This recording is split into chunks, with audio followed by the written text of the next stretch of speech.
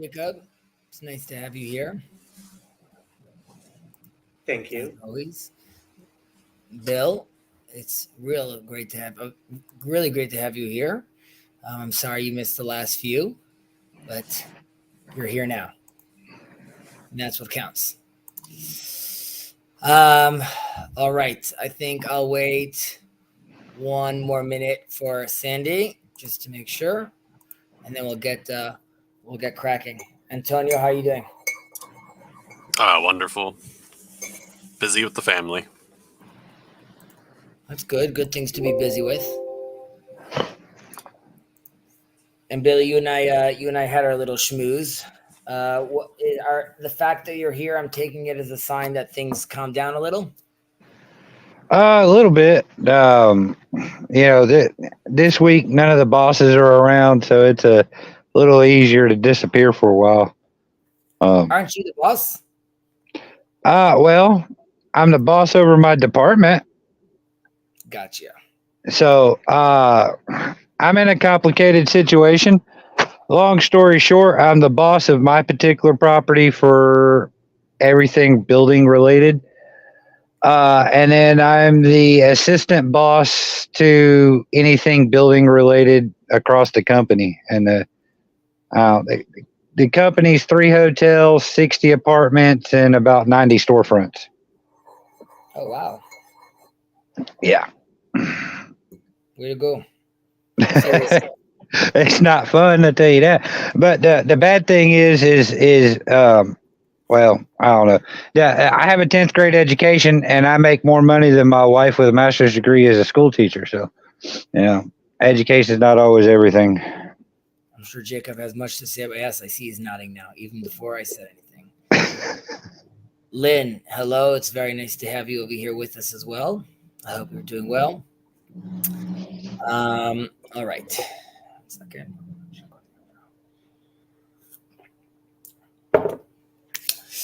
Okay. So let's get cracking. We were going through chapter 3 of idolatry. We stopped at number 15. Again, just as a reminder, and we'll speak about this probably many times as we go on, there are things that are obligations for Jews and Noahides, and then there are things that are recommendations for Noahides. And we should realize the difference. And while it is a recommendation and seemingly certain transgressions are frowned upon, but it's important to realize those distinctions, because those differences are what allow rabbis in specific cases to allow for more lenient opinions, because these are not obligations, and that is part of a more compassionate understanding of the context and the background Bnei Noahides are coming from. All right, so let's take it away with, you know what? Actually, before I jump into it, and the fact that I have Jacob over here, I was reading. Jacob, do you mind giving us a Svaria upload of Sanhedrin 97? So I want to also just speak about some of the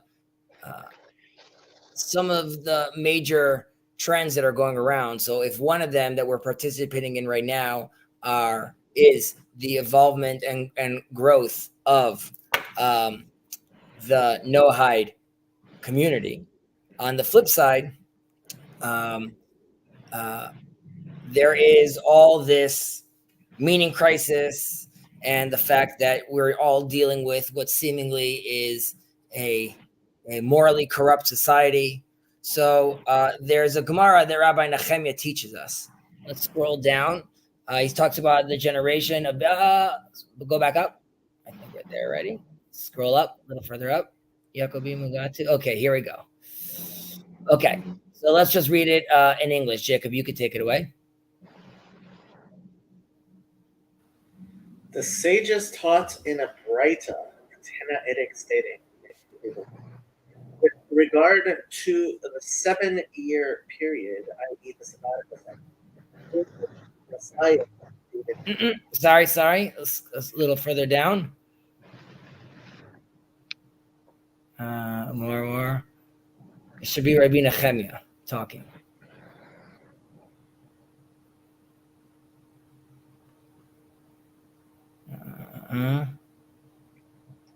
Rabbi Noahide says. Here we go. Yeah, there you go.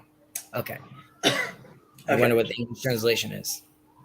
It is taught in a Tanaitic statement that Rabbi Nehemiah says, during the generation that the son of David comes, arrogance will proliferate. So that's why. And the cost of living will corrupt people so they will engage in deceit. The vine will produce its fruit, and nevertheless, the wine will be costly.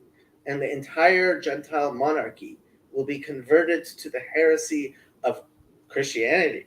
Interesting. Wait, what does it say in Hebrew there? I don't know, but it should say minut maybe. Leminut. Okay. Leminut. Yeah. So sectarianism. This is Stein-Salz's translation. Correct. And there will be no inclination among the people to accept rebuke. Right. I guess you could stop there. So if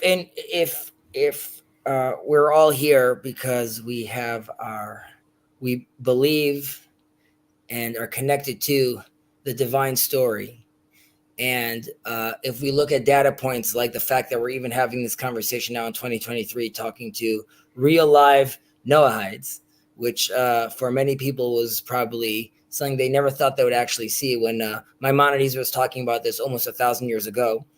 However, you could also see items like this, like Rav Nehemiah is telling us over here, where we could see that, and you could even see this in the Renaissance in Europe, how the kingdoms of the world, so to speak, or the governments of the world, get lost and start, going into this Sam Harris land, heresy land. And in a certain sense, we get nervous about this because there's a sense of a loss of meaning.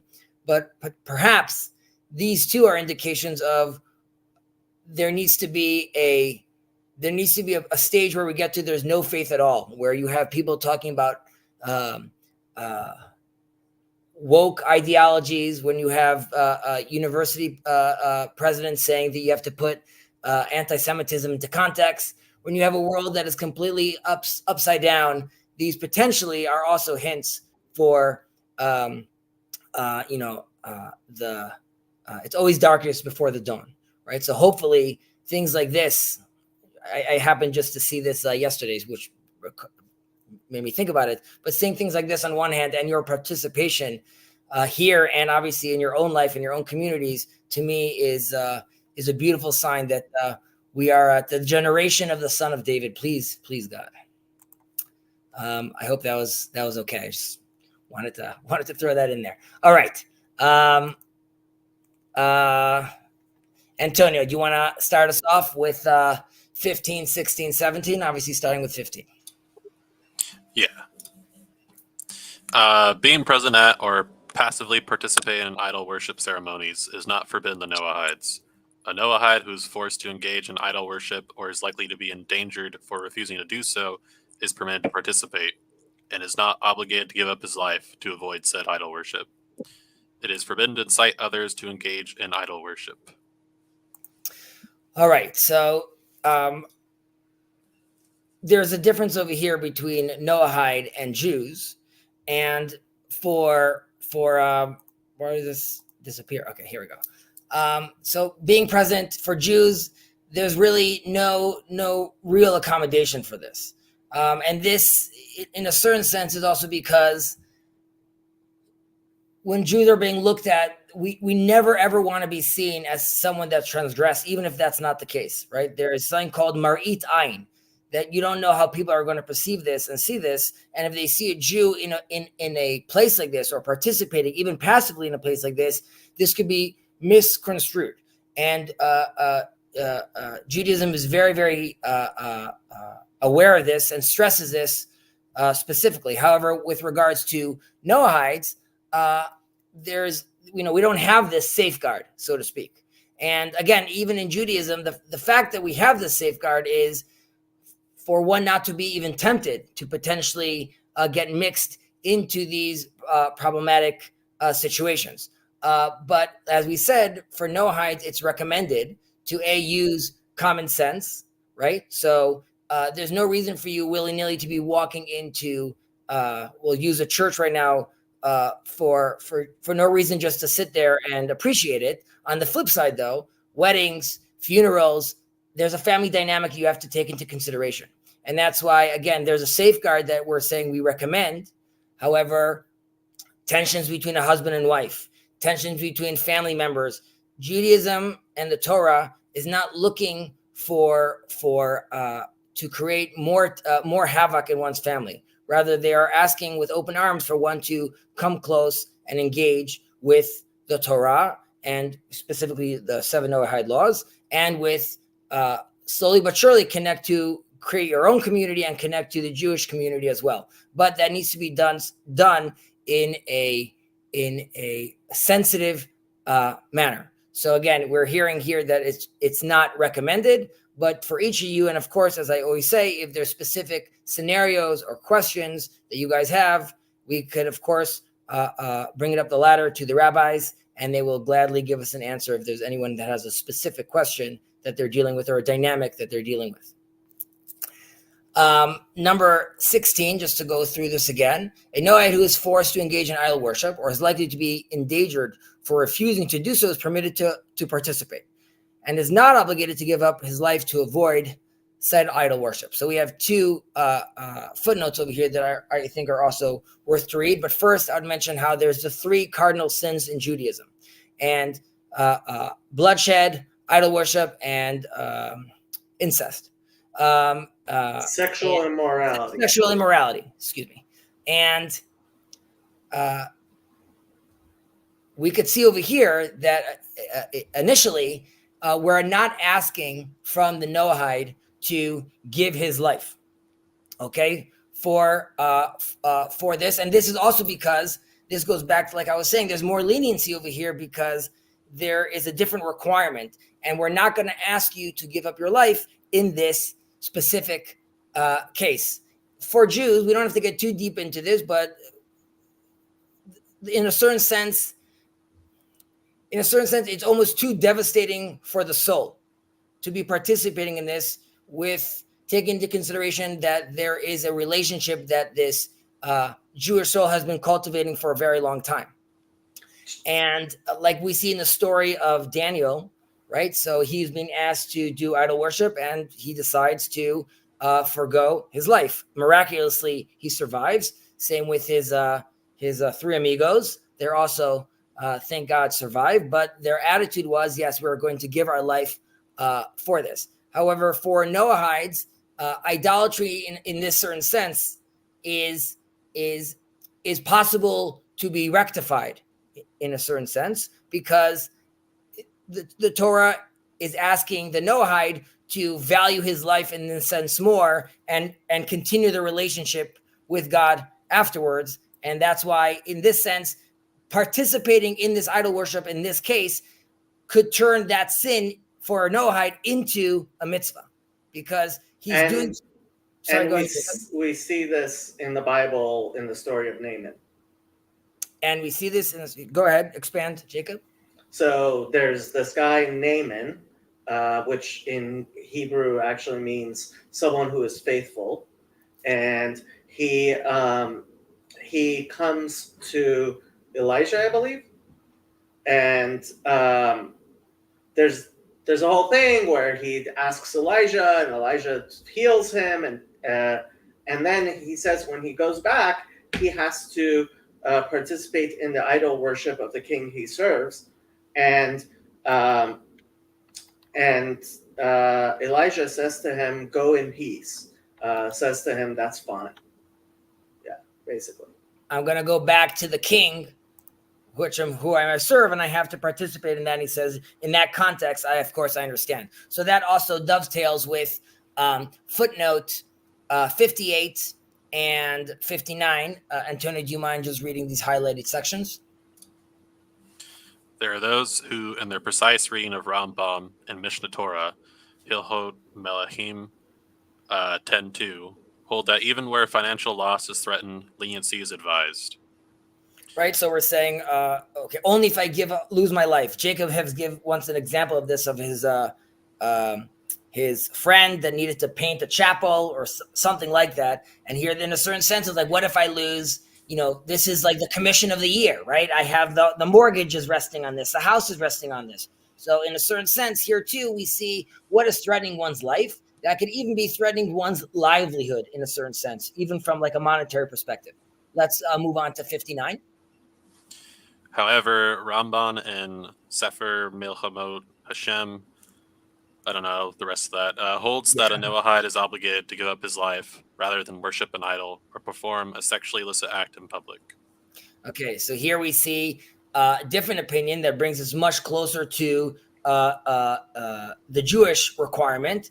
And it says, no, in this case, if a Noahide has anteed up and is playing in the big leagues, then the requirement is the same, right? And in this case, the understanding would be you, in a certain sense, at that level have been grafted in.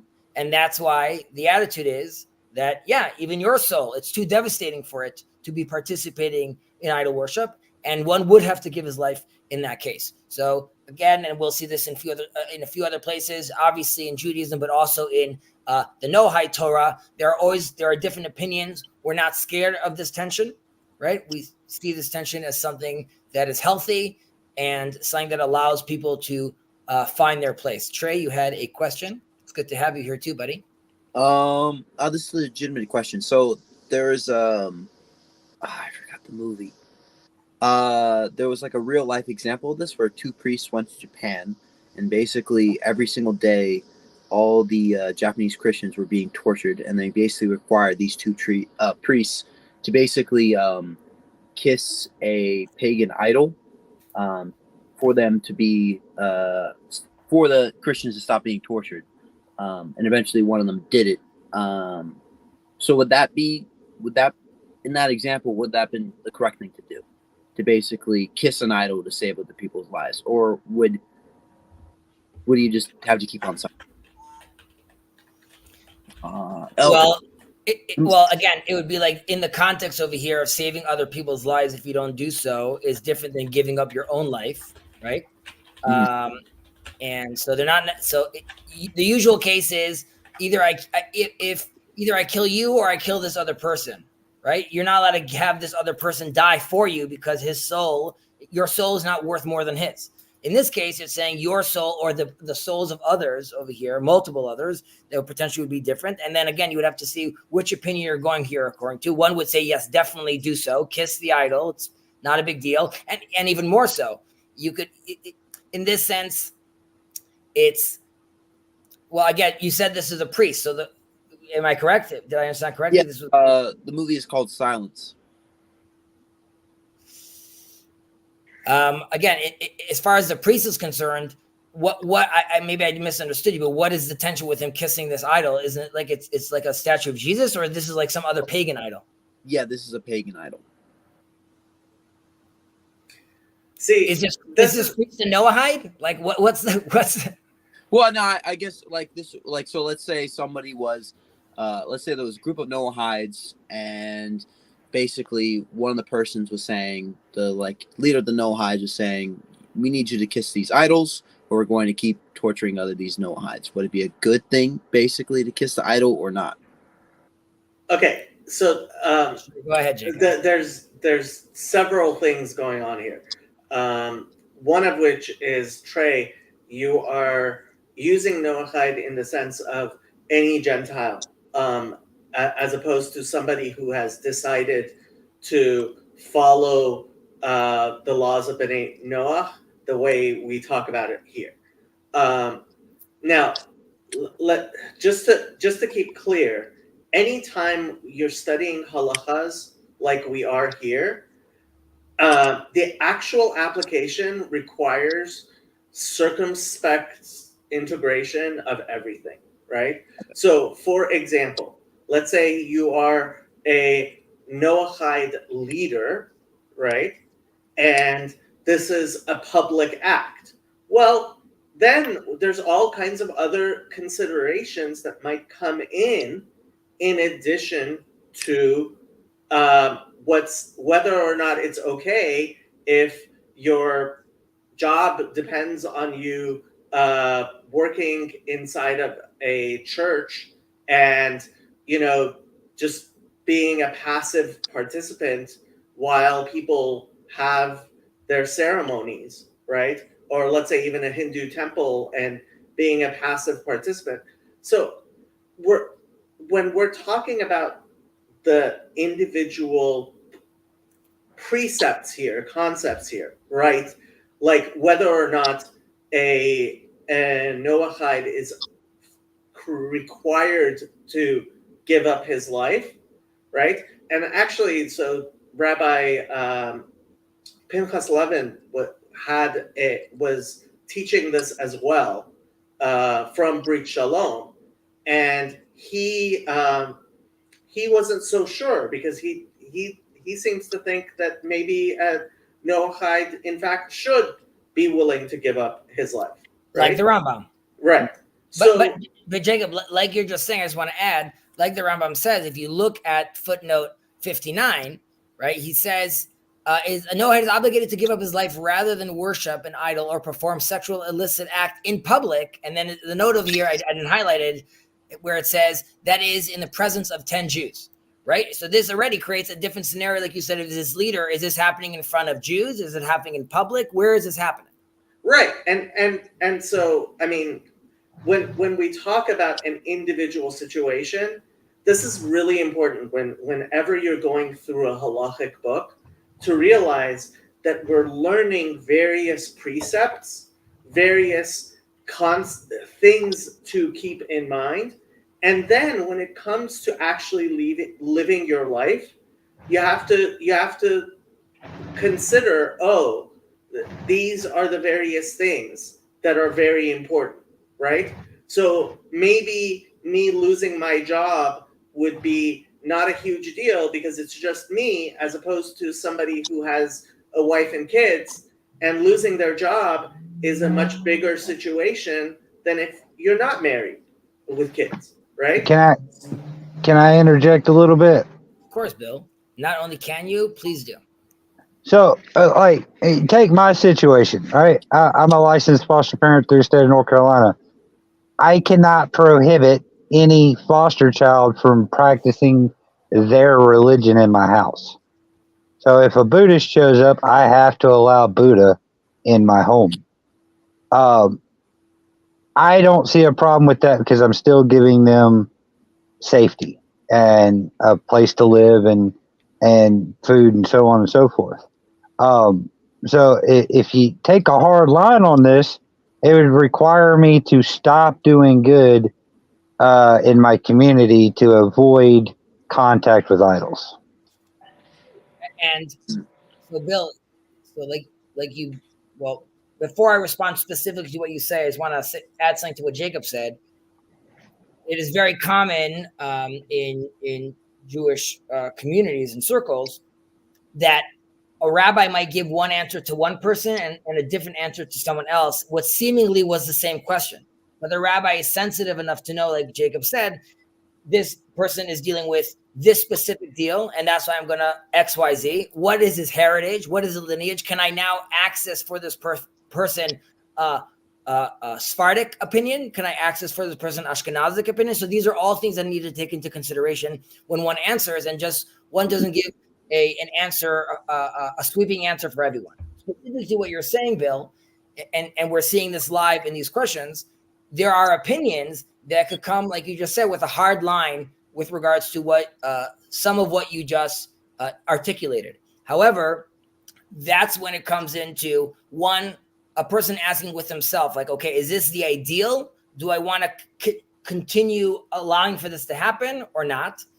How long would that process take for me to, let's say, wind off of that if I wanted to or not? And during that process, I'm going to remind myself that these are not obligations for a Noahide, rather a recommendation. And that then gives me more flexibility. However, one shouldn't look at that as like, oh, Billy Ray's using loopholes. Rather, in the Billy Ray specific scenario, this is how it best fits for him to be participating. That doesn't mean, though, that one isn't constantly trying to get closer and move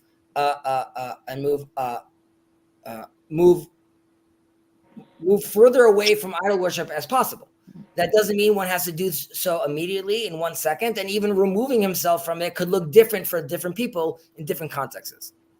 But again, obviously, Billy, as you get to more specific cases, then it starts getting easier to pinpoint answers.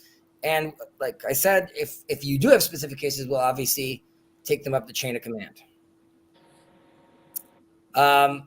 Any other comments or moving on?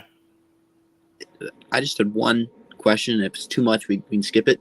Why are these rabbis coming up with such different views on the punishments? Like, and I guess to a deeper question, like, why, like, what makes idolatry bad? Maybe that's too big, but there's a difference between idolatry and let's say heresy. Heresy specifically,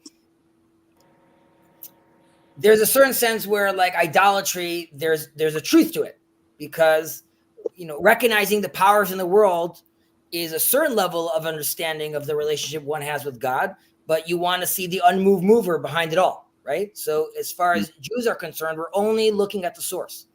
That doesn't mean that we can't recognize the divine sparks in idol worship as well, in a certain sense. Where heresy becomes more problematic, or Judaism is more sensitive to it, is because once it attaches itself to a truth, for example, like in Christianity or in Islam, when they're attaching themselves to a Jewish truth, that starts becoming more compelling in a certain sense, and that also becomes a little more tempting in certain cases as well. So the rabbis are specifically sensitive to what they call over here minut, or Christianity, because they're aware that this is idol worship that has attached itself to Judaism, and because of that, it's a lot more potent. All right, 17. It is forbidden to incite others to engage in idol worship. So that would seem very clear. I think what's sort of behind this is a more fundamental question. Is one should always ask themselves, how do you even know if you're right? Right? Let's put aside the fact if you can or can't incite people. Who are you to get on your, what is that called in England, the speaker's corner, or step on your soapbox and start telling people, like, this is the true God? So you definitely, one has to do a lot of self-reflecting and introspection before he starts talking to others and affecting others. But the sense over here is just how we're so intense about the individual playing around with idol worship or idolatry. So you, of course, should be very careful about affecting others. And again, these are all taught in the negative, but we always say, remember, we could always flip this around and look at this in the positive. So here it's saying, be very careful, because what you say could affect others. On the flip side, if you are telling people to get closer to God, pray, participate in your community, those also have an effect, and those are, of course, wonderful. And definitely people should be taking part of that as well, paying it forward constantly. So that might be a question. I did write and ask a specific personal aspect question to a rabbi and understand the answer on that. But on what you're just on point 17, my lovely internet fixer also falls under the category of disability and other things. So we've had some discussions about my Noahide study to the degree that he can understand what I explained about why. And where the discussion got left was because there's also a lot of fears around switching gears from what has been so far worked out in the world, even related to healthy foods in a general North American context. Okay, repetition, autism basically, and other things. So where we left it was, I said, you've been able to pray and talk to God. Talk to him about this. Decide what, where you're at, what you think. He gave me a brief answer, and I'm going to leave it there for now because I don't know what else to do. Because, well, for one, also like in the course of the last 10 years of working things out before I brought this in, I now have one atheist son and one son who keeps looking at me going, are we still okay? Are we still okay? So I've decided to leave are we still okay where it sits. Okay, Sandy, you're going all over the place, which is okay sometimes. Really. But okay, let me try to, if I understand you correctly, you're talking about specifically 17. Yeah, and guiding your children, right? And I mean, when it comes to your own children, that becomes a very complicated thing where you have to consider, okay, your influence and that child's history. And so, when it gets to be that particular, that becomes something that's like, okay, this is something you have to talk through with people, because I mean, especially your kids, your one of your kids has special needs, so that's very, very particular. I guess I'm avoiding saying, do I need to take the same question to the rabbi on his behalf that I did on mine, or do I just sort of leave it where it is, which is what I chose to do? I would generally say, don't take too much responsibility for other people, especially if they're adults. Other people's spirituality. God takes care of everyone, and while we try to help other people as best we can, we can never take responsibility for other people's spirituality, because that is their relationship with God and something we can't really interfere with, really. Okay, and so basically, in an extremely awkward way, I think I said that's what I chose to do rather than seeing it as 17 said, where I'm like recommending worship of idols or other than God. Because I'm kind of going, talk to God, explain this in whatever way you can. You talk to him yourself. I think,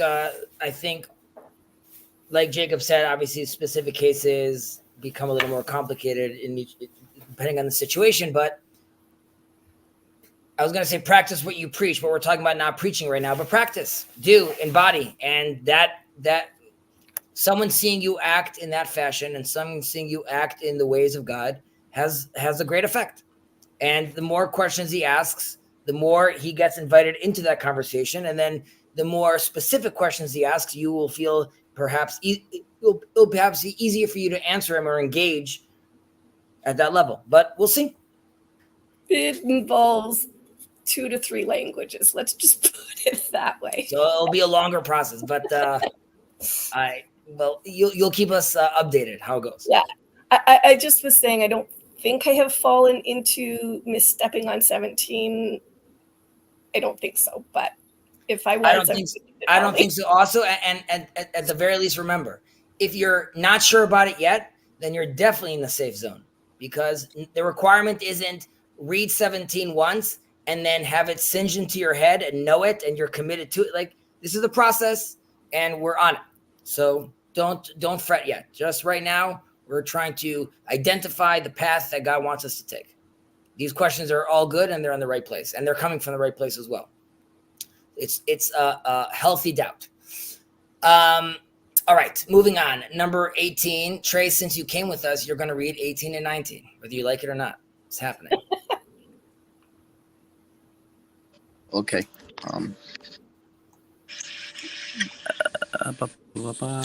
Sorry, 1819. Do you need me to make it Whoever bigger?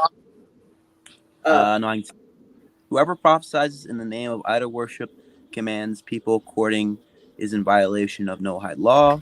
It is forbidden to erect a monument, plant a tree, or construct a building designated for idol worship, even if the one building or planting does not engage in said idol worship.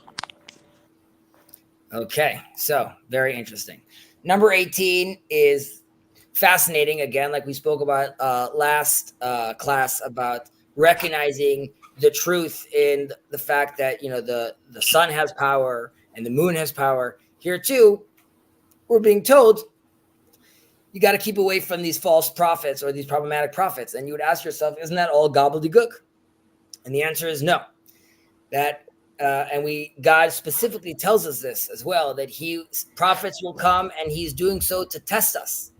And if they were just talking nonsense or they would be very foolish, it wouldn't be much of a test.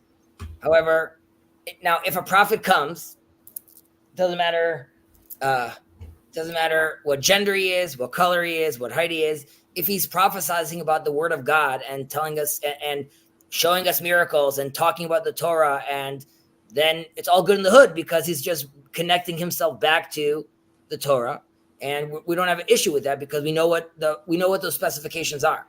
The question is, if someone's coming and giving us a different story, one that sounds familiar but different, and different certain key components are missing or have been changed. So here we are being told we must be wary of this. We must be careful, and we must take our relationship and religion very seriously. God is not looking for us to have a relationship with a knockoff, right? We want the real deal. Like my son says, when I come home with Pokemon that are fake, he's not happy, right? He wants the real deal. And somehow he has a great eye. He knows, like, I'll take it. He's like, don't even open up the bag, Abba. This is fake. I was like, all right, and I was like, catch it if you can. Chazzy, if you make the page not as tall, if it's possible, it'll be bigger on the page. Gotcha. And Lynn says, as a parent, it's easy to use control of our kids. I've been practicing giving the control to God, and I would say that's really important. And a major difference between Judaism and Christianity is we do not take responsibility, as even for our own kids, we do not take responsibility for other people's relationship with God. People have a personal relationship with God that is not really up to us to do. Thank you, Jacob. All right, 19. It also relates to, I see we lost Bill, so I hope he's out there in the ether still listening. But number 19 relates to this as well, which is, okay, here we're seeing, it would be clear, again, building this monument or planting this tree, right, that's designated for idol worship, so obviously big no-no. Now, what's interesting over here is we're being told that even one building or planting does not engage in said idol worship, right? This is just Joe Schmo the contractor. I'm just building this. I was commissioned to build this huge cross right now. I have nothing. I'm an atheist, right? I don't even care about this, but this is what they gave me. This is the file, right? Like, for example, when I designed the carpentry, I send it to carpenters, and it's something called CNC. It's like this laser cut inside wood, so I can make all these different shapes. So let's say I'm a carpenter and I get right now a design. Someone wants me to CNC crosses all over for these doors for the church, right? So we have to realize that we're being told over here that our actions have an effect, even if we didn't intend them to have an effect, right? I'm just doing these doors. Someone might see these doors and say, wow, this is gorgeous. This is amazing. These are the most inspiring doors in the world. These doors have made this church the strongest church in the world. There's a story. This is very different, obviously, but there are the doors in the temple, these brass/copper doors called the doors of Nicanor. And Nicanor built these doors for the temple. But on the way, there was a big storm and they fell off the boat. And Nicanor was devastated because he was waiting in Israel. And then in the port of Jaffa, he saw something shining in the water. And then he found the doors, and they floated all the way to Israel. And he brought them, and they erected them and installed them in the temple.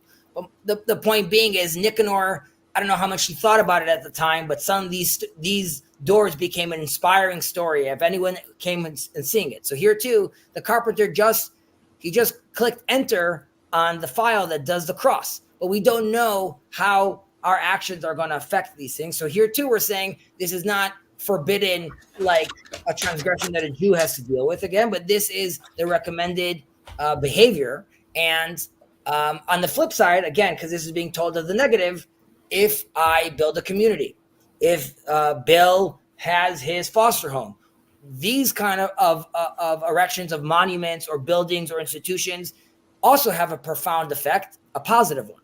So we're being told over here time and time again to realize that not only are there physical ramifications to what we do, but there are spiritual ramifications as well to the way we act, even if we don't necessarily intend so as well. I'm just going to mention, though, now I'm in Noahide, and I'm going with my family to go visit Graham Gam's grave. And Graham Gam's grave has a cross on it. Can I clean it off from dust and from cobwebs? Right? So you could be like, really, you shouldn't even be necessarily engaging and playing with the cross, because we already said it's bad.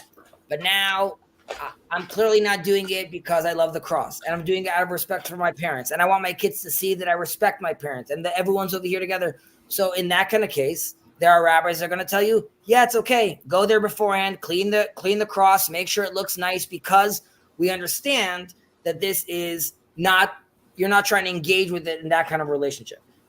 And there too, you would have to ask yourself, what does that mean? Am I just dusting it, or am I buying polish, lighting lights and candles? And then I'm already going into something we spoke about last class, which is lighting incense, bowing down. Those are already different actions which are requiring me this physical action, which has a much more intense impact and effect, which we are prohibited from. So again, one has to take these things into consideration and put them all into the proper into the proper context. I'll just give one more example of famous safeguards. So in Judaism, we can't eat the chametz, the leaven bread. Yeah, leaven bread on the Passover. But the word is called chametz, chet mem tzadik. A certain safeguard that some people will take is don't even eat food that the name sounds like the prohibited food. So let's say there was some cream called leaven. They'll be like, don't eat that either, because you'll get confused, right? So the Noahide doesn't necessarily have to take that on, right? That's not, you're not being asked to do that, but there are these safeguards that keep you extra safe. There is a difference when one looks at the safeguard as what God commanded him to do, and then you're at that point you're getting a little confused. On the other hand, it's wrong to just assume all these safeguards are not necessary and I'll be fine on my own and I don't need anything else. So these safeguards are put in there to really protect us. They're aware of human nature as well. All right, Jacobim, do you want to take us into proper conduct? The little blurb over there in 2021. Many matters associated with idol worship are forbidden to Jews in order to distance themselves from it. Such matters were not explicitly forbidden to Noahides, yet these guidelines, as described below, are fitting for one to follow to the greatest possible extent. So that's just a nice way of saying what I just said earlier about the leaven. So here too, there are things that are not forbidden to the Noahides, but these guidelines are fitting, but again, in context, right? So when there's that sense of like, oh no, did I just transgress? No, you didn't. Yes, you could keep on working on yourself. Yes, you should do better for yourself, but you're not in danger, so to speak, right? So there's this understanding and this relationship happening. Jacob, 20. Refrain from reading books of idol worship. However, it is appropriate for Noahide sages who give instruction in these matters to read such books. Okay, so the reason we don't want to read these books initially are because the fear of getting confused, like I said, about heresy over here. At what age is one doing this? There's something called limalet keres, filling one's belly. So you would say you need to make sure your toolkit is full with the relevant teachings and knowledge before you want to engage into novel things that might seem very confusing to you. So we are trying to, again, here to create a safeguard that someone doesn't transgress. Now, on the flip side, we obviously know that Maimonides, the Rambam, read many of these books and was very involved with these books. Now, he says, he came and said, I did this reading for you, Jews of the world, so you don't need to do this, right? Like, I put myself in harm's way, and this is because I've already felt that I was, and he obviously was also a unique person, but felt that he was safe enough to participate in such things. And he tells us about these things as well. There's another understanding over here, which just lets you know what you're going to be spending most of your time on is eventually going to affect you, right? So you could be reading all these heretical philosophical books all day thinking there's not going to have any effect on you, but that's not the case. If that's what you're spending all your time thinking about, eventually that is going to create some sort of effect on you as well. Now, we of course realize, like with Jacob over here, Jacob is someone that is clearly reading the New Testament, and Jacob is someone that is reading many other books. And you can be like, well, Chazi, isn't that problematic? Isn't that prohibited? There is something called da ma tashiv la pikorus. Know what you would respond to the heretic. Now, you could read this as what you would respond to the heretic coming from outside, and also what you potentially would respond to the heretic from within, the interior heretic as well. So when you look at let's say, using Jacob in context over here, Jacob engages with his New Testament knowledge, not in bolstering Jesus, but rather in making his $5,000 bet, or talking about Acts 5, or constantly hammering these points, right? It's Acts 5. I'm not making that up, right? It's Acts 5. Constantly engaging in these conversations, right, with Father Stephen DeYoung, but no one is confused right now. It looks like Stephen DeYoung got him. Next week, he might be a Christian, right? Like, he is clearly engaging. He's reading these texts and he's pushing back. So there's a sense where, again, generally speaking, not recommended in specific contexts, in specific age groups. There's more leniency to this. There is I'll just add that, let's say for a Noahide, you could be like, listen, I'm just looking around. I'm looking at these books. I'm just interested. There is a famous parable of a guy that runs into a pharmacy and he starts handing everyone medicine, right? And so it's true that, like, the medicine is made to heal, but if it's going to the wrong people, then it's not only not going to heal them, it's also going to create them harm. We don't know the dosage, right? And the only person that knows that is the doctor. So there's a sense where you might be looking at some other religion or other philosophy thinking like, oh, there's truths over here. But is it truth that's relevant to you? Is it the right dosage for you? And Judaism is what we claim and what we believe is offering you the right dosage, is offering you the right prescription.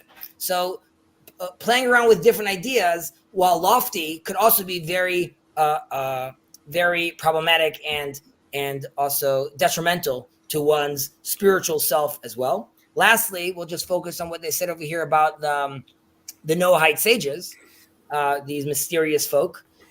So the books that the Brit Olam, the World Noahide Center in Jerusalem would recommend, generally speaking, is the Brit Shalom and Brit Olam, right? The prayer book and this halacha book. And that also includes the Divine Code and any really halacha book written for Noahides. Mesilat Yesharim, which is something maybe that we would study in the future. It's also like a very fundamental book. And the book of Kuzar, the Kuzari book, which is also a fascinating book discussing this story, which we believe to be historically true, that there is this king that he went through a whole journey of exploration, religious exploration, and eventually he decides to take on Judaism, him and his whole people. And this is a discussion that was written out a couple hundred years later, talking about what this looked like and what this discussion was. So these are books that the sages should be familiar with. One should realize that if the sage is familiar with Brit Olam, he's also familiar with the footnotes that we're reading over here. And those footnotes expand to many, many other topics, to Talmud, to Mishnah. So we are telling the Noahide, don't jump into the deep end and be learning every single thing the Torah is offering right now. However, focus on what's relevant to you, and you'll see that more and more will be exposed from the Torah as you go on and on and on, because ultimately all these things are intertwined and interconnected as well. Jacob, I hope you didn't take any offense of me using you as an example of someone. I am very, very offended. Life as we know it has ended. 21. Sandy, you want to take this one? Sure. It is fitting to refrain from praising idol worship, and even more so from decorating a display of it or lighting candles to honor it, or engaging in any such related activity. All this concerns activities not explicitly constituting idol worship. However, activities explicitly constituting idol worship are entirely forbidden by Noahide law. Right. So first of all, thank you for that, Sandy. The last line of here is it's a recurring theme, right? We obviously know that these explicit acts are forbidden for Noahides as well, and obviously for Jews as well. And then we're saying it's fitting to refrain, right, from praising idol worship. So this also is interesting because in our channel, in Jacob's channel, and in the TLC, there is a lot of while we call it a brave space, there's still a lot of very cordial dialogue, and seemingly some people could look and say like, whoa, it looks like Jacob is saying fantastic, at certain times saying great things about Christianity, or Chazi's saying very nice things about Christianity, or we're having this discussion. So first off, we have to realize that there's a difference between appreciating Christians as people and validating them as humans to the religion itself. Right. So Christians can be fantastic people, and we don't have an issue with those people. Of course, they're fantastic people. They're made in God's image, and we love them all. Number two, thinking about how we could recognize that Christianity and Islam, like Maimonides says, are path makers, right? That these all comes from God in a certain sense. So while we could look at these as transgressions or heresies, we could still identify the fact that they are still manifesting due to God's desire in a certain sense, and they're here to clarify and create a pathway towards the Messiah.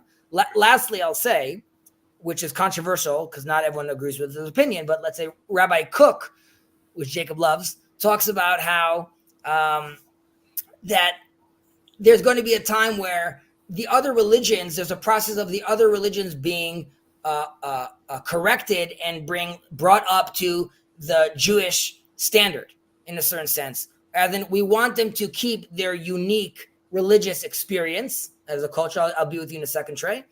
However, we still want to create there's room for corrections. As I spoke about in the past, we hope that when the temple is built, the other world religions come with their theological suitcase and come to the rabbis and say, okay, this is how I've been practicing.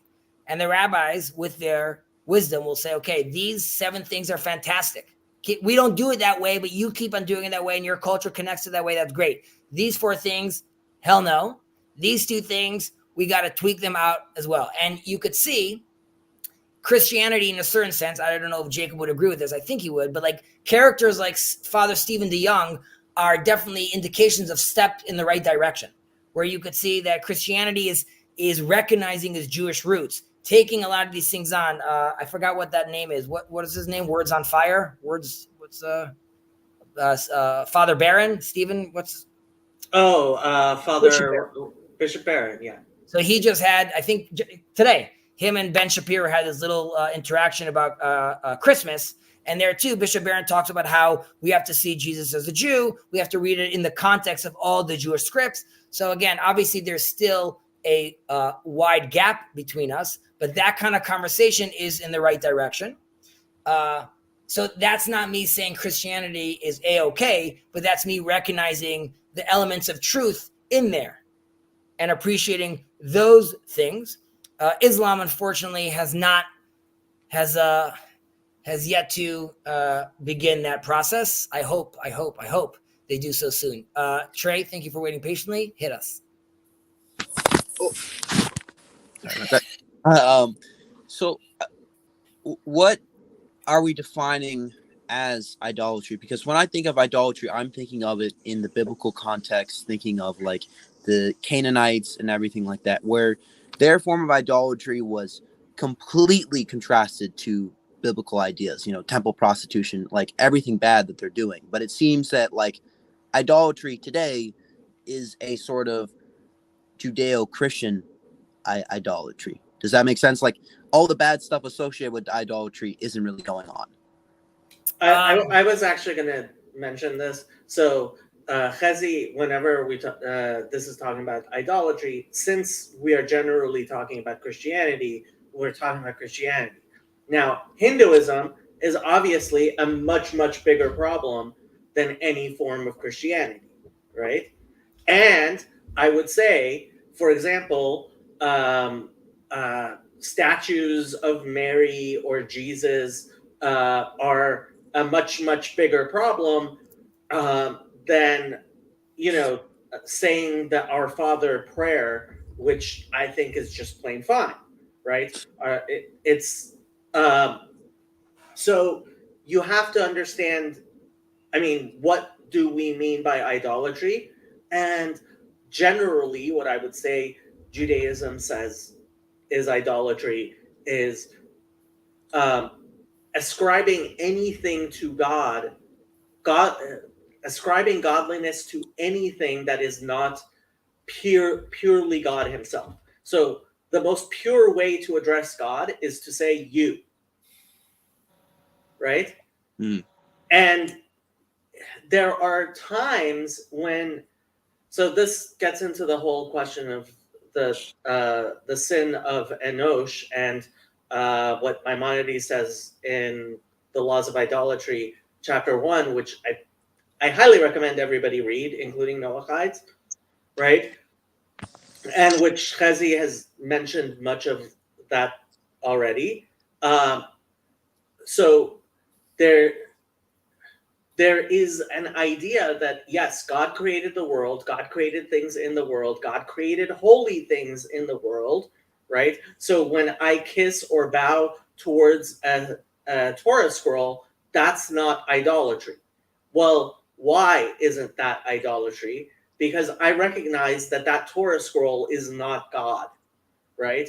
I realize that Torah scroll is merely something that is representing God in the world in some way, right? And yes, this can get really fine hair splitting, right? Especially when you're talking about Christianity, which has spent many years trying to fit their ideas of Trinity and stuff into Jewish biblical concepts. But ultimately, if you think of anything other than God as God, that's idolatry. Even if that's love, right? If you're like, I worship love, it's like, sorry, idolatry. So it seems like an interesting phenomenon because you're not really prescribing what the actions are. You're prescribing the mental state, and you're not saying what they're testifying as their mental state. It seems what the rabbis are testifying as their mental state. Is that correct? I just mentioned, Trey, last class we spoke about the prohibitions are incest, bowing down, libations. So it talks about specific, and we correlated those to, sacrificing an animal, which is cutting the windpipe, and that's the food we eat. That's representing sort of spiritual and what comes out of our mouth. And there's the fact of libation is pouring yourselves out fully with your body. So these are all these, like you said about in biblical times, these are really fully committing both spiritually, mentally, intellectually, and physically to this kind of act. So there's one level which they're saying off the bat, no. Then intentionality comes into, okay, what if I'm not bowing down to something, but I think this is nice. And that's where intentionality starts coming in. So I would even say, even using the word God, we spoke about this last week, could also be problematic. What does that word mean to you, right? God, even that word, even the words we use, these are terms that are limited at the end of the day. So like Jacob said, one kissing the Torah scroll is not problematic if one is oriented properly. If someone thinks the Torah is God, then you start getting into a dangerous zone, because then you're not oriented properly, and that goes based on intentionality. It's less about the fact that you're kissing the Torah scroll. It's more about where your mindset is at that point. Let me move one step up out, Sure. Which I think will address your question better, Trey. Ultimately, your relationship is with God, and God is the one who's going to judge. That's how it is. The question becomes, when you're trying to figure that out and understand it better, how do you do that? And we would say that the way you accomplish that is by studying Torah and studying the words of the sages, the rabbis, the people who have spent their lives trying to be more godly. So when we're reading, for example, this book, Brit Shalom, right? Ultimately, and it's funny, we like this is the exact discussion we were having on the Discord in general earlier today, right? Like, when do you go to a rabbi? You only go to a rabbi when there's a doubt. Like the Bible says that in Deuteronomy 17. It says, when you have a doubt, you go to the judges that are there, right? If there's no doubt, there's no doubt, right? So if you know something is idolatry or not idolatry, then that's between you and God, right? But the question becomes, okay, well, what is this? Is it a problem if I have a crucifix in my house? Well, I mean, if you're asking me, yeah, a crucifix is a problem because Christians look at that. I mean, I don't mean to be offensive, but like God on a stick, right? It's like, there's my God crucified, like dead God. It's like, hello, this is, if you ask me, it's a problem. If you're not asking me, you're not asking me. Right. Yeah, and I think I'm pressing you to own that. And I don't want to get sidetracked, but I'm just curious. Okay, you go, Sandy. So I don't know. I look at the world that we live in, and I look at some of the places that we've had opportunity for discussion. Some Discord, yes, for me, some other places. And you said, yeah, I understand, but I'm pressing you to own that. But this is your God and your worship and your things. And it relates back to my question with my son. Is it my job to push him on how he owns something? No. When we go to visit his dad is in a Catholic long-term care. Every time I go to visit him, and I'm walking in the main spaces, I have to pass, I don't know, I haven't really counted, and I'm not planning on counting, but probably somewhere between 3 and 20 different images, pictures, statues, and other stuff, because it matters to the people who are related to that particular form of religion, that they are there. But if I make a big deal out of the fact that they're there, I'm already owning it. And that's where I think the reference Jacob made to Deuteronomy comes in. Then at that point, if I start to own it and question, oh, does this matter that I walk past them? I am here. And I haven't really thought it through in terms of this material and what we've been provided already. Then I go to the rabbi and ask, which is something I did on something else. because then the it has to, engage it. but Not specifically with you, he's going to engage and say, okay, one Mm. second, who's talking to me? A Noahide, great. Why is she in that hospital? Okay, now I understand. So all those things will now decide specifically on that case how it wants to respond. Eventually ending with, well, would it be ideal that you don't have to go there? Yes. But it could even be the flip side. It could be in Sandy's specific case, the ideal is for her to go back there. And there's room for that in that case. Yeah, and I got to go back as we lost my the lonely man of faith that I loaned to my ex, and it's somewhere in that building. Hopefully, and I said to them, "Don't worry about it too much. Maybe somebody's reading it." All right. And I'm like, we'll continue with 22. And Trey, any other specific questions? Obviously, feel free to shoot them up on the Discord. Okay. 22. It is best to refrain from cutting one's hair and beard in the manner of idol worshippers, which Jacob throws at me at sometimes, and from tattooing or disfiguring one's body in any way as they do. The same applies to making a bald spot on the head or gashes on the body as a sign of mourning for the dead. If a coin falls for someone's pocket when next to an idol used for idol worship, one should not bend down and pick them up. Rather, one should sit down, then collect them.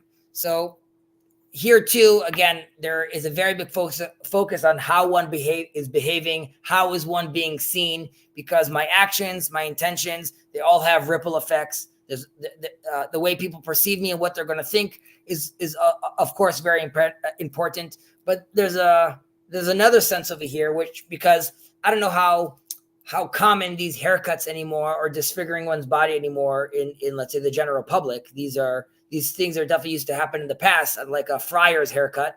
So I don't know if that's happening as much. However, there's a sense which both for Jews and for Noahides, we're not looking to identify like everyone else. We want to maintain our specific identity with God. And successfully what Jews have been doing definitely for 2,000 years in exile, creating communities. That's why a community for Noahide is so important, because not only are you different from others, you're also actively trying to not identify like them. And that is very lonely if you're doing that alone. So it is, and obviously easier said than done, but the model of the Jews in the diaspora over the last 2,000 years is a model for Noahides in a certain sense, where you want Noahides to get together, create their own court systems, get their own sages, open up their own schools, which will then allow them in a much more comfortable sense to not be worried about these actions or imitating others or doing like others, because they're going to have their own culture, their own community as well. So I know obviously, and this is, it's something also important to think about, which is, none of you guys have to answer this right now, which is there's real life touching grass, as the kids say, right? So you can experience your Noahide once you turn off this screen and go about your day. But there is a sense where even this online could be a robust community. And you all have to think how you guys want to take advantage of that. And yes, there are limitations due to physical distances between you, but there is a lot that can be gained on the internet from places like this. So I think it behooves all of us, but those of you that are searching, to really ask yourself, how do you build this community more? And of course, Brit Olam is trying to offer keys for that and tools for that, not keys for that, tools for that. But it also matters what you guys need, right? Like, how does that look like? And even to the sense of, Chezi, we want to have a group of 15 of us all together, and we want to have an evening of prayer. I don't know what it looks like, but you have to think to yourself what that looks like. What would be beneficial for you? How do you build a community that safeguards you from these things as well? So obviously we're all working on that together, and hopefully we'll be successful in that as well. 23, Antonio, you want to take it with footnote 73? Did you want me to read the footnote? 23. Yeah, read 23, and then we'll move into. Oh, okay. It is best to refrain from eating and drinking food and drink that was used in idol worship, and likewise to avoid eating fruit from a tree planted by idol worshippers with the intent of worshiping said tree. The same applies to deriving benefit from gold or silver used to coat anything used in idol worship, and even to the ashes remaining after objects used in idol worship were incinerated. Even the ashes after they're incinerated. Well, intense comment over here. All right. What does 73 give us here, Antonio? And there are those who hold that regarding Noahides, all prohibitions to derive benefit from idol worship are prohibited according to the letter of the law, and not only as a matter of proper conduct. Okay, so here are more intense. So Bill was asking about certain things in his house, right? So arguably you could be like, here, there's a certain opinion that is a lot more hard line, right? And what we are reading and what Brit Shalom is offering is what we're reading in the section 23 is saying this is the opinion they're taking or they're promulgating. However, they're of course mentioning other opinions over here, and there are other Noahide communities that might go according to this position.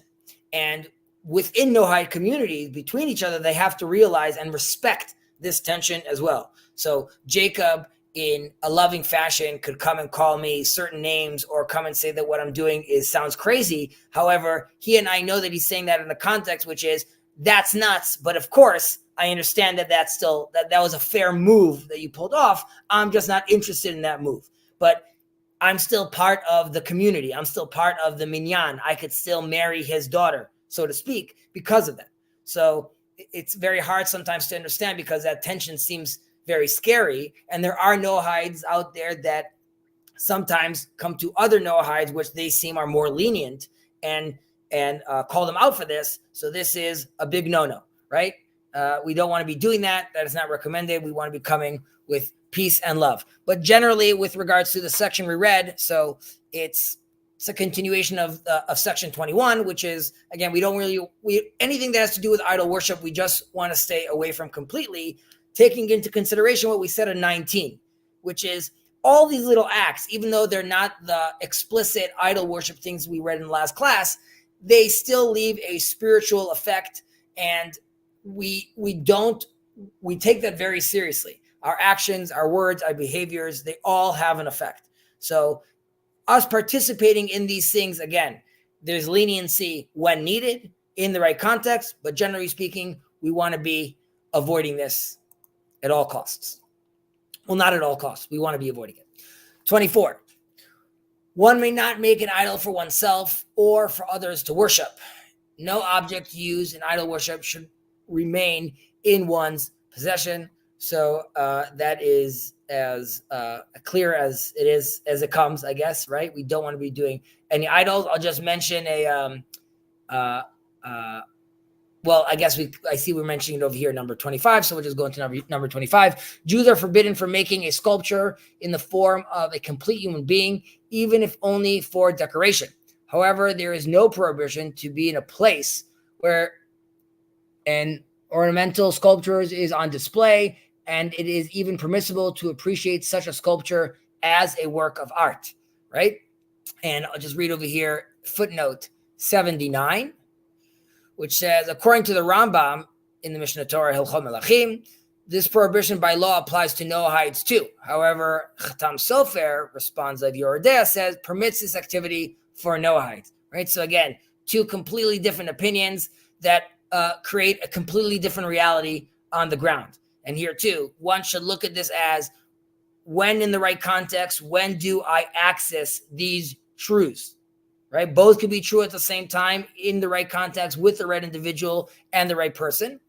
And wait, this was number 25, right? So for example, as some of you have seen, I have some statues, figures, busts in my house.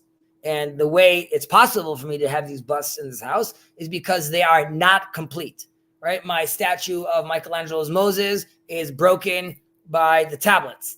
And I have different statues of different rabbis, and they are chipped or nicked specifically because of that, because I don't want to create this complete version of this thing as well. And again, it's totally permissible for one to rely on the Chatam Sofer's opinion, while recognizing that there's another community that might be relying on the Rambam. And that's why it's very important to, as we say always, to, when the time comes, locate a rabbi for yourself or a Noahide sage when that becomes relevant, so he could guide you in your specific cases. I would even mention about this last section over here, that there is no prohibition, about seeing a sculpture or even appreciating such a sculpture. So there is a blessing, one says, when he sees beautiful creations or trees, and you say Baruch shekacha lo be'olamo, that God has this in His world. There's even a Rabbi Gamliel, that saw a beautiful woman and said, Marabu ma'asecha Hashem, as in, how plentiful are your actions in this world. So that is like a more extreme position about, because generally speaking, you shouldn't be looking at women. But the point was to show that, and this rabbi, because he was a rabbi, managed to differentiate also between, let's say, looking at her in lustful ways and just appreciating, let's say, the biological symmetry. But having said that, when I'm walking with my wife and we in the Duomo and we want to appreciate the architecture, or we see Michelangelo's David, I'm allowed to come and say, wow, this is beautiful. One could ask, do you want to be hanging out in the Vatican all the time? Do you want to be hanging in the Sistine Chapel constantly? So these are obviously questions. There are different opinions, but here you're seeing at least an opinion which is allowing you the place also for Jews to appreciate art of sculptures as well. So it's important for, I believe it's important for the Torah to recognize that beautiful acts of art manifesting from people, from their creativity, are also manifestations of God in a certain sense, or of His wisdom. Jacob, anything to say about that? I see a squirmy face. You're mute. Still mute. I'm just wondering. You're not actually saying that chas v'shalom you walked into the Sistine Chapel. I was in the Sistine Chapel. However, Shem Yerachem. Ready for it. When I went with my wife to Rome, we did Rome for Jews with a Jewish guide, and you go through Rome, but it's always in the context of what's happening with the Jews at the time. So you're in the Colosseum, and it's the Jews involved in building, the money that was pillaged from the temple for erecting this. So it's always happening in that context. So if I'm in the Sistine Chapel, we're looking inside and we're seeing how Michelangelo actually put in different hidden faces, trying to mock the church, and how it's the exact size of the tabernacle. So I'm looking at it in that way, and I'm looking for the divine sparks. And I was trying to get down to the Vatican to find the menorah, the stolen goods from the temple. I wasn't successful. 26. I see we're past an hour, but does anyone need to go? I want to power through till finishing the chapter. Okay. Jews are forbidden to predict the future by means of magic, to bring about change in nature through casting spells, to raise the spirits of the dead and communicate with them, or to practice witchcraft in any of its forms, including Magic the Gathering. The Torah called these and all similar activities an abomination to the Lord. As it was stated, go in perfect trust with the Lord your God. It is also improper for Noahides to occupy themselves with these activities, even though they are not forbidden according to Noahide law. And again, you're going to see this again and again and again, because they're not forbidden, right? So it's always leaving this opening for this journey that one is going through as well. But what we're saying over here, obviously, we are seeing the dark side of the fourth, that the Torah is recognizing and is understanding. As we mentioned in the past, there was the prophet Bilam, who was aware of these powers and how to manipulate them as well. Or we have famously the story of the witch of Endor that King Saul goes to bring up the prophet to bring up his soul, even though he was supposed to get rid of all the witches and the mages. There was one that he left so he could communicate with. But the way this ends is beautiful, because in a certain sense, you could come and say, Chazi, they're talking Harry Potter over here. They're saying it's real. Like, isn't this intriguing? And the answer is no, because we say, as stated, go in perfect trust with the Lord your God. I'm not interested in anything that's happening in J.K. Rowling land. I trust in my relationship with God. I see the world through his will, through the prophets, and through the Tetragrammaton. I don't need the constellations. I'm not interested in hacks of shamans and Kundalini yoga, right? Things that are relevant over there. Again, the divine sparks we will rescue them. But other than that, whether or not these things, even today, are relevant or exist, we are not interested in them, because we don't lack trust in our way. We don't lack our trust in God. So if someone invites you to a seance, just say, it's just not relevant for me, because I don't have the kind of doubt I even have is still within the realm of the doubt that God allows me to have in my relationship with him. Not a doubt that I'm looking and trying to see what my grandmother says from beyond the grave, so to speak. Trey, you all right? You're just interested in this magic. All right. Cool. 27. Jews were commanded not to turn toward or investigate idol worship, not even consider that there were anything real about it, and not even to look at it. So this goes back to, again, like, Ben Chazi, what are you and Jacob doing talking about Christianity? And why are you giving quotes from the surah or the hadith? Well, that's not considered idol worship, but let's say Christianity. And why are we participating in these things? And this also,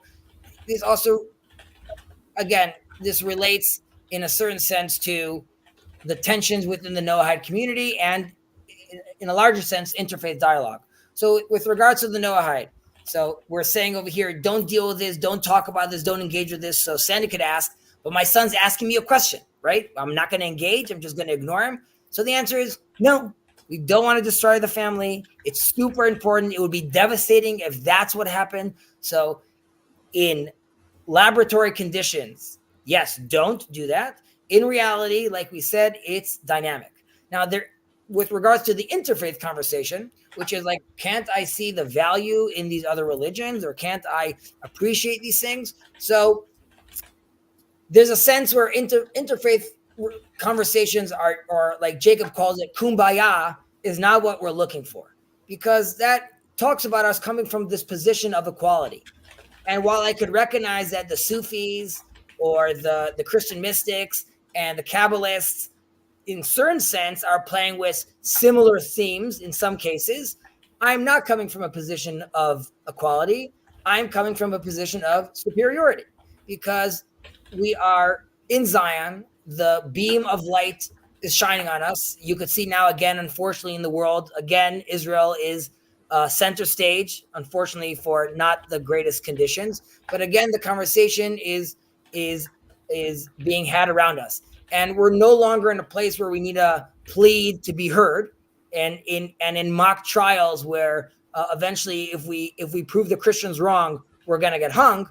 Rather, we're in a place now and getting closer to Abraham's blessing, which is the nations of the world will be blessed through us. And it's our responsibility of delivering the word of God to the nations. So am I interested in conversations with Stephen DeYoung? Yes, but not because kumbaya, more because the more I talk with you in good faith, hopefully, the more you'll hear the message that Jacob is telling you, which is Acts 5, Gamliel. Which is promulgating the truth of our religion and our relationship with God. So again, interfaith conversation, yes, but in the proper context. 28. Here we are.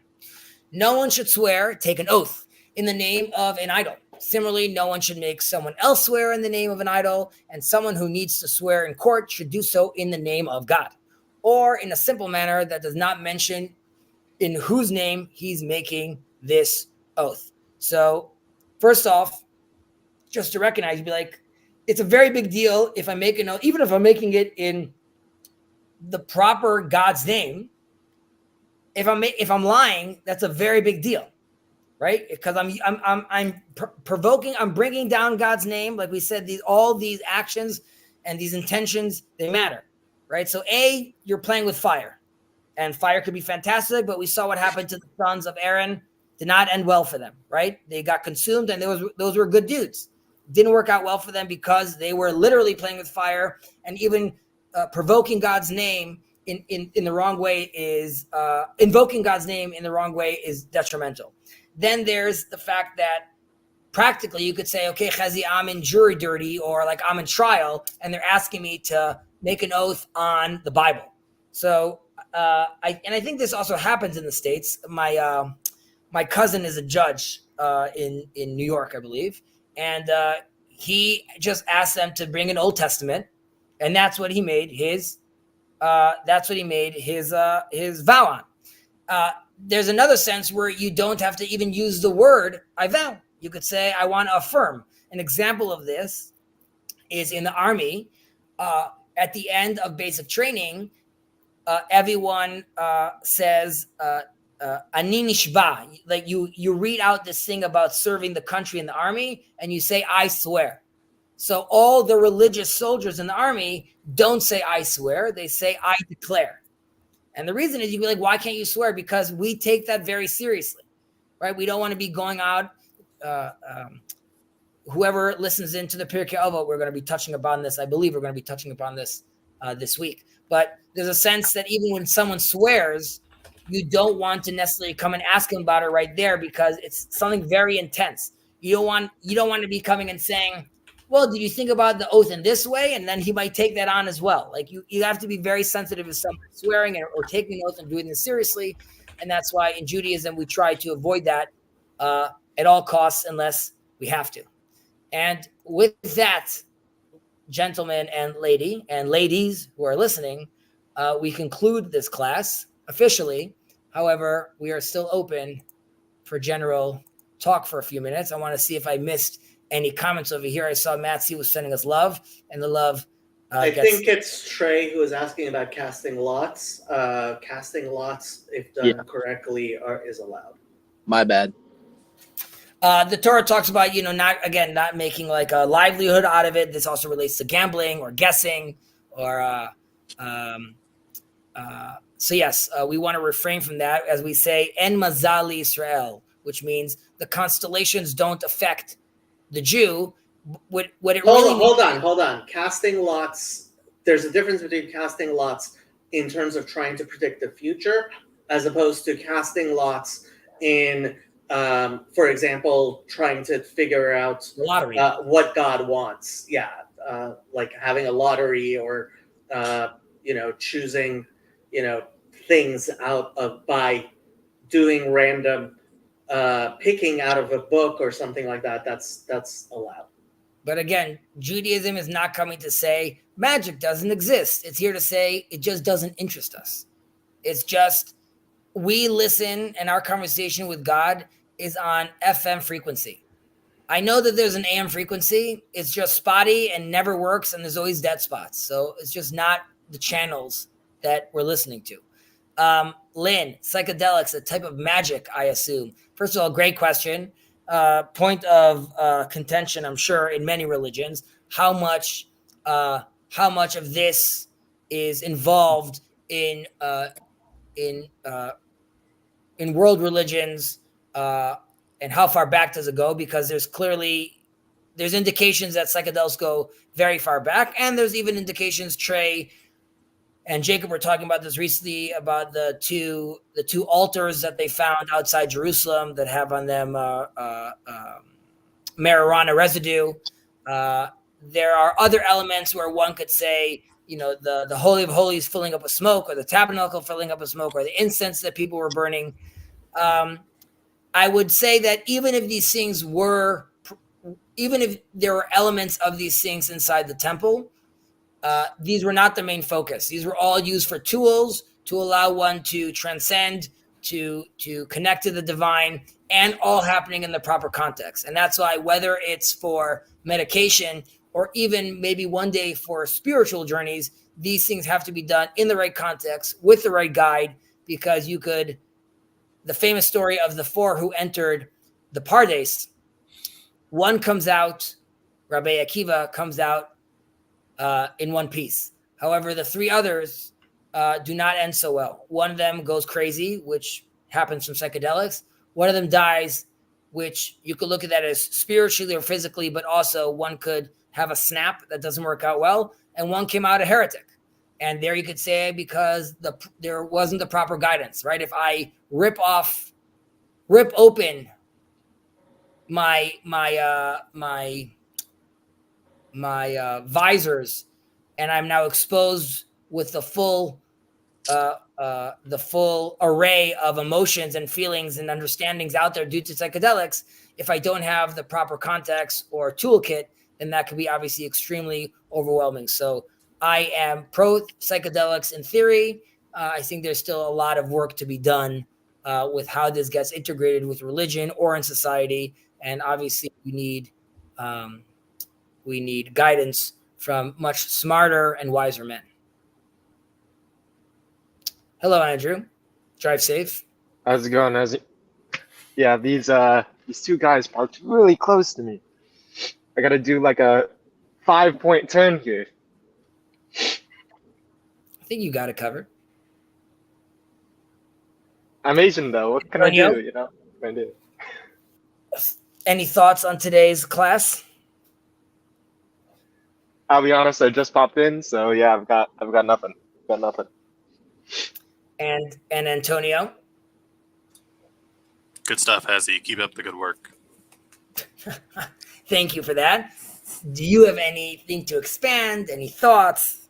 Anything that comes out here seems interesting to you, simple to you? I mean, it's all stuff I've kind of already figured. It's like there's things are cut and dry, but the applications are gray, and it's individual. So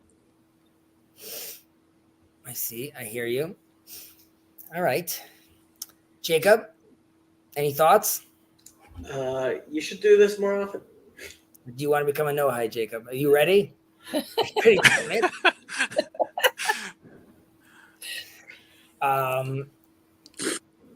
Veseder. Okay. Next class, we're going to be diving into number 4. I think there might be a few other chapters that are longer chapters that we'll split up, but I think next week we'll try to count through number 4. Obviously, if anyone has suggestions, ideas, if there's more material you specifically want to know about, let me know, and we could, of course, send things and post things that are relevant. There's generally speaking, a lot of content out there, and I don't want to just bombard you with things. Trey, I'm expecting you here next week as well. Andrew, sure. I know you want it, but you'll have to come get it yourself. Oh, I was gonna say, because I wasn't here for the last week's. I read through chapter 4 already. Yeah. And I was looking forward to asking a question on one of the one of the points, but I guess I'll wait for next week on that one. Is that okay that we're making you wait? Yeah, it's okay. Beseder. And I don't know if Antonio is going to do a little pre-study beforehand on Monday, but if he does, obviously you guys are all welcome to join that as well. All right, fantastic. Thank you all, and thank you, Jacob, again for allowing us to use your space. Much appreciated. It's a perfect example of the opposite of participating in building the cross. Rather, he is allowing us to use a platform for great things and Torah learning. And may this study and learning we did now go for his merit and to the merit of all not to be a Debbie Downer, but to all the wounded soldiers, the wounded innocent Gazans, and all the captives. Please, God, may they come home soon to their families. All you have a fantastic day. I'm just looking at the private chat. A lot of people ripping on Trey. I'm joking. Hi, guys. We'll be in touch. Yeah. Later.